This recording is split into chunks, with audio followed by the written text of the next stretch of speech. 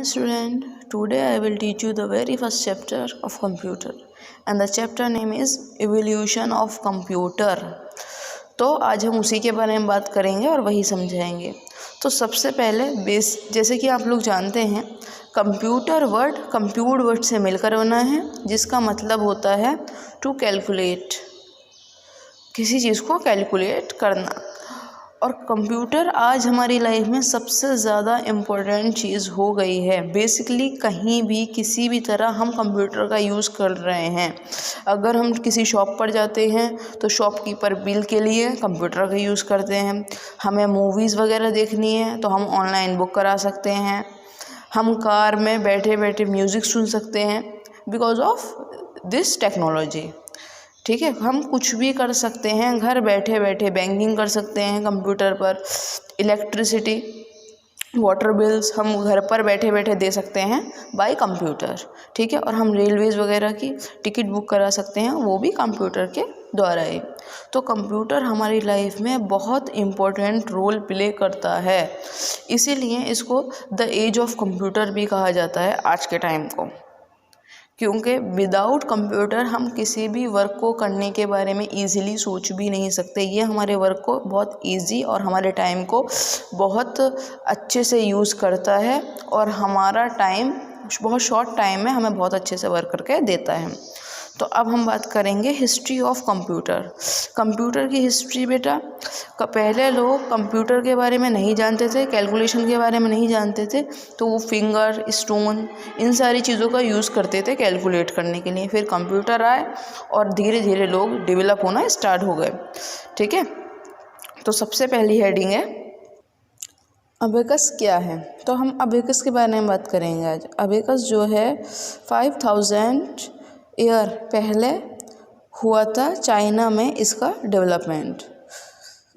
Develop इतने time पहले हुआ था और ये बेसिकली एक वुडन फ्रेम है जिसके अंदर बीट्स हैं और क्या बोलते हैं, इनको 2 पार्ट्स में डिवाइड किया गया है। इसके जो अपर पार्ट था उसको हम हेवन भी कह सकते हैं और जो लोअर पार्ट था इसको हम अर्थ कहते हैं। ठीक है, तो इससे कैलकुलेशन करने में लोगों को बहुत ही हेल्प मिली थी उस टाइम पर। जो लोग इसका यूज़ करना जानते हैं वो कैलकुलेशन बहुत ही ईजीली कर सकते हैं। फिर आता है बेटा नेपियर्स बोन्स। तो ये क्या था, इसको जॉन नेपियर ने बिल्ड किया था और ये बेटा एनिमल्स की बोन्स से बना था सबसे पहले। और ये 0 से 9 तक के डिजिट को क्या बोलते हैं, मल्टीप्लाई कर देता था बहुत ही फास्ट। इससे मल्टीप्लाई करने का तरीका 2 डिजिट्स में बहुत ज़्यादा इजी हो गया था। ठीक है, तो बेसिकली हमें कैलकुलेशन करने में इससे बहुत ज़्यादा हेल्प मिली और जो भी ये करना जानता है वो मल्टीप्लाई बहुत ईजीली कर सकता है। अब आया स्लाइड रूल भी बेटा 1620 में एक मैथमेटिशियन ने बनाया था, इन्वेंट किया था और जो भी इसका यूज़ करना जानता है वो कैलकुलेशन बहुत अच्छे से कर सकता है। और बेटा जब इलेक्ट्रिक कैलकुलेटर आने लगे ना तो उससे कुछ सालों पहले ही इसका यूज़ होना ख़त्म हो गया था। ठीक है ना, अब हम बात करेंगे पास्कल्स कैलकुलेटर की। तो ये जो है 1642 में इसको बिल्ड किया था क्या बोलते हैं, ब्लेस पास्कल ने।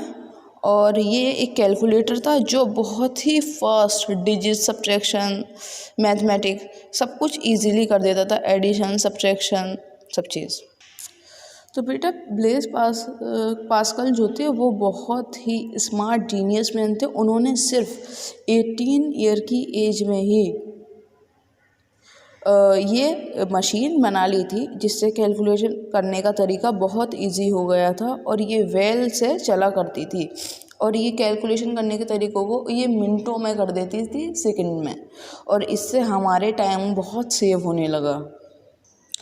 लेबनीज मैकेनिकल कैलकुलेटर, अब हम इसकी बात करेंगे। तो बेटा एक जर्मन के एक मैथमेटिशियन थे 1671 में, उन्होंने इस मशीन का क्या बोलते हैं डेवलप किया। और ये सिर्फ एडिशन और सब्ट्रैक्शन नहीं करती थी, मल्टीप्लाई और डिवाइड भी करती थी।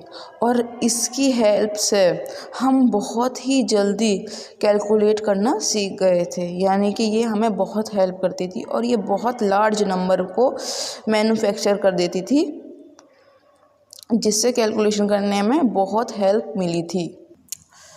अब हम बात करेंगे अर्थमेटर की। तो ये एक फ्रांस के एक मैथमेटिशियन थे चार्लीस, उन्होंने इस मशीन को बनाया था और ये मशीन भी वही करती थी, एडिशन, सब्ट्रैक्शन, मल्टीप्लाई और डिवीज़न। ठीक है ना। अब हम बात करते हैं बवेज के डिफरेंट इंजन की।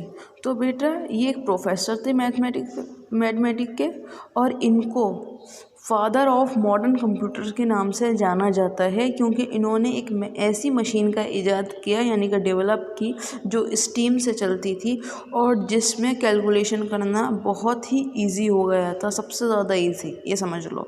और ये फ्यू सेकंड में बड़े से बड़ा कैलकुलेशन इजी से इजी तरीके से कर देती थी। और ये बहुत ज़्यादा यूज़फुल साबित हुई थी उस टाइम पर।